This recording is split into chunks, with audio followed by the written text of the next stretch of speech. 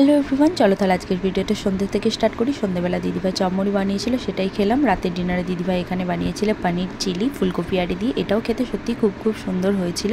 তারপরের দিন দিদিভাই একটা ফেস প্যাক বানিয়েছিল, যেই ফেস প্যাকটার মধ্যে ইউজ করেছিল কাঁচা দুধ আর চালের গুঁড়ো। তোমরা এই ফেস প্যাকটা ইউজ করতে পারো গাইস, এটা স্কিনের পক্ষে খুব ভালো। আর এটা যদি কীভাবে বানিয়েছে সেই প্রসেসটাও যদি তোমরা দেখতে চাও আমি কমেন্ট করে আমি দিয়ে দেবো। আমরা মাখছিলাম এই পর্যন্ত তো ঠিকই ছিল, কিন্তু এই পুচকেটাও আমাদের দেখে মাখতে শুরু করে দিল, তাই জন্য একটু আমরা হাসাহাসি করছিলাম। বিকেলবেলা জিজু আমাদেরকে ঘুরতে নিয়ে গেল পুনার সামনেই একটা পাতালেশ্বর শিবের মন্দিরে। পাতালেশ্বরের শিবের মন্দিরে পুনায় কে তোমরা দেখেছো সেটা আমি অবশ্যই কমেন্ট করে জানিও। জায়গাটার পাশেই ছিল আর একটা মন্দির, সেখানেও আমরা গেছিলাম।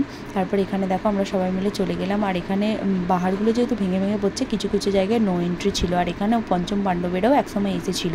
একটা পার্টে তো সব ভিডিওটা দেখানো সম্ভব নয়, তা আমি পরের পার্টে তোমাদেরকে ঘুরতে যাওয়ার আরও ভিডিওগুলো দেখাবো। তো চলো তাহলে আজকের মতো এই ভিডিওটা রাখি, টাটা।